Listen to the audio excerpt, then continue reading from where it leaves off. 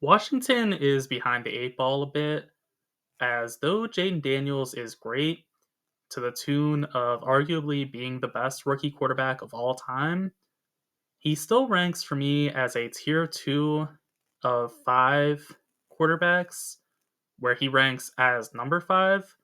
So he's awesome, but he is a tier behind Jared Goff, who is a tier 1 quarterback, which I would not have guessed that he would have been coming into the season. But Goff has found a way to improve over the past couple years. So, with that said, Goff is a bit ahead of Daniels for right now, and that gives the Lions a 1-0 advantage. Next, we have an advantage for the Commanders, as Terry McLaurin is 34th in yards per route run versus Amik Robertson, who is 65th in PFF coverage grade. So, not particularly good. He's about average. So, not bad either.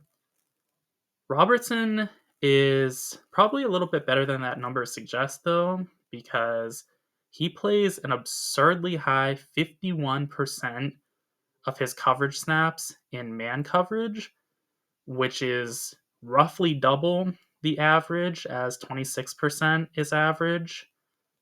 So he is in a lot of hard situations, as Aaron Glenn, who is a great defensive coordinator, I'm not besmirching him, but he puts his defensive backs in tough positions, largely due to the fact that they don't have great pass rushers by and large after basically all of their defensive linemen got injured.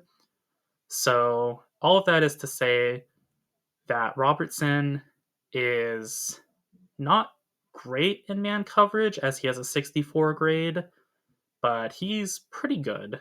So he's going to match up all right with McLaurin in the times where they do go in man coverage. But I think they would be wise to offer some assistance to Robertson, as McLaurin is really, really good.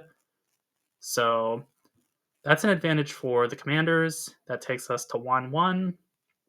And the Commanders get on a bit of a roll here, as they have another advantage, this time as it relates to their rushing offense, where they are fourth in rushing expected points added, compared to Detroit being 12th in run defense expected points added.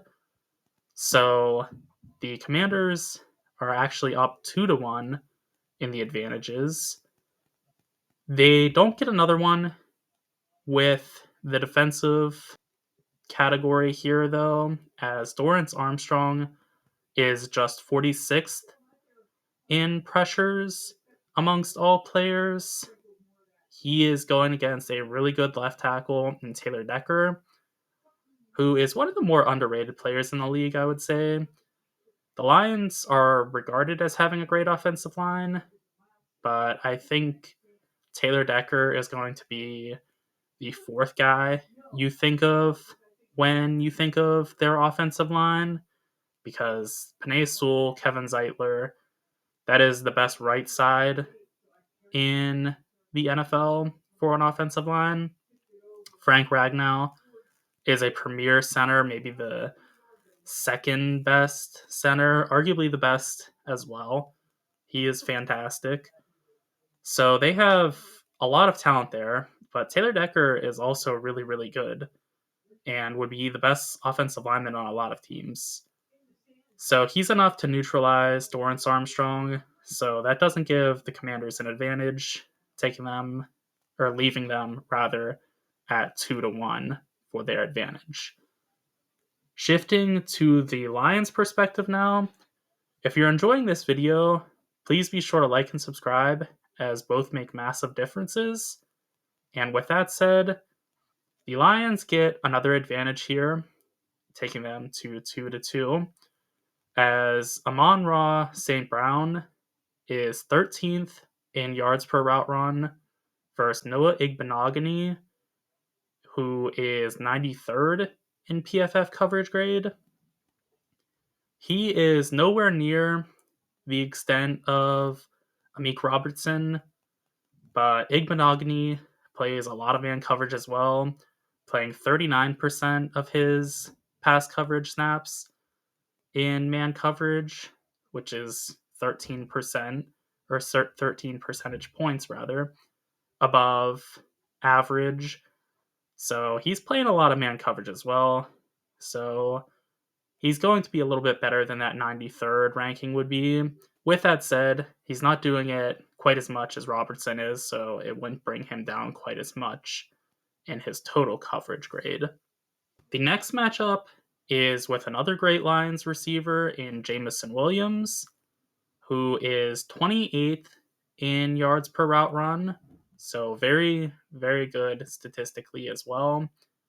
And he's going to be going against Marshawn Lattimore a good deal, but Mike Sainer still has the better numbers for coverage compared to Lattimore.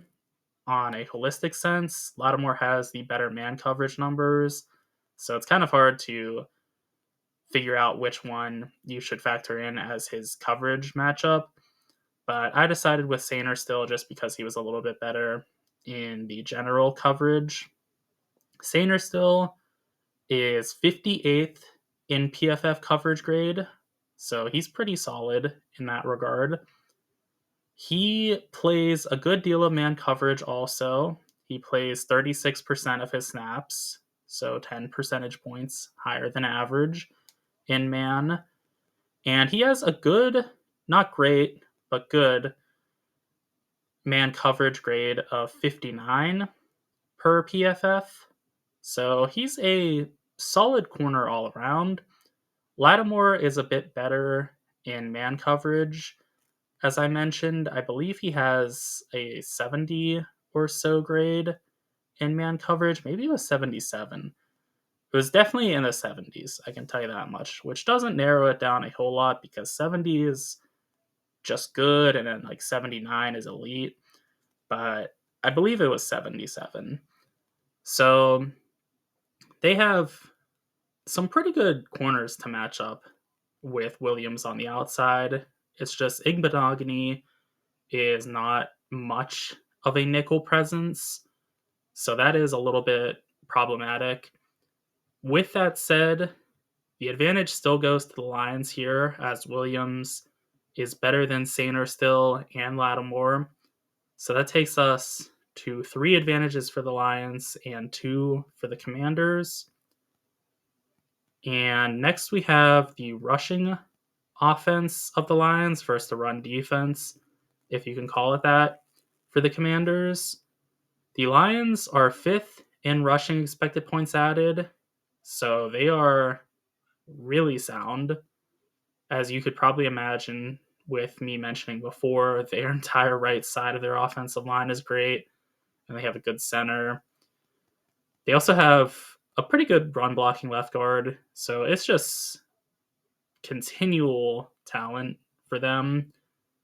And they have really good running backs as well with David Montgomery and Jahmyr Gibbs. I believe Montgomery is coming back this week, which is awesome. I can't wait to see him play again. He's such a good player. I also love seeing Jahmyr Gibbs play, though. I wish there were a way to more logically have them on the field at the same time, but alas, there's not really too sound of a way to have 2 running backs on the field at the same time. This isn't 1920. So they're going to have to alternate snaps some, but I trust Ben Johnson to figure out the recipe pretty well. And if I didn't mention, the Lions are 5th and the Commanders are 27th in run defense expected points added. So that's not good. And that takes us now to 4 advantages for the Lions and 2 for the Commanders. So the Lions are starting to peel away a little bit here, or pull away, whatever the expression is.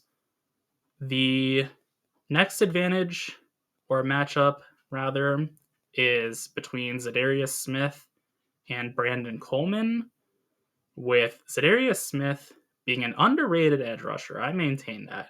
I've seen so many people online say that he's not really a needle mover and he is overrated, which I don't understand how you can be overrated when most people think you're not good and you are good. So that doesn't make sense to me. But Zadarius Smith, 12th in pressures. That's really good considering, especially that that's all players included. And Brandon Kollmann, not so hot at a 63rd rank in pass blocking PFF grade. So that's a bit of a discrepancy. That means that there's another edge for the Lions. I think Zadarius Smith is going to possibly feast in this matchup, even though people like to say that he can't get it done come playoff time. Let's see if that's true. Maybe I'm right. Maybe I'm wrong. There's a first for everything. Lastly, the quickest advantage that even I can't drag out is home field advantage goes to the Lions. So that takes us to 6 advantages for the Lions compared to 2 for the Commanders. I don't think you have to really contemplate this one too much. I'm going with the Lions here. They have the far more ready to compete team right now. I wouldn't completely write off the Commanders, as weird as that may be to say, since I'm saying that it's such a advantage for the Lions. But I'm never gonna write off Jaden Daniels. He is just transcendent and has proven to me that he can will his team. I hate saying that, will his team. That's not true at all. He can perform well on the field to the point that even if the team around him is not great, he's going to contend. And I think that that's going to be true even against the Lions. I definitely see a world where the Lions just stomp the Commanders because the Commanders can't stop the run game. And then Goff gets going in the play action. And they get those quick hitting passes too, where they just go right over your head as a linebacker and you feel demoralized. You feel like you can't do anything right. You feel like a total failure. Maybe a little bit too much there. Anyways, I think that the Lions are going to win, but it wouldn't surprise me if Daniels doesn't make this a little bit of a game. Those are my thoughts on the matchup. Be sure to let me know what yours are in the comment section. And also be sure to like and subscribe for more football content.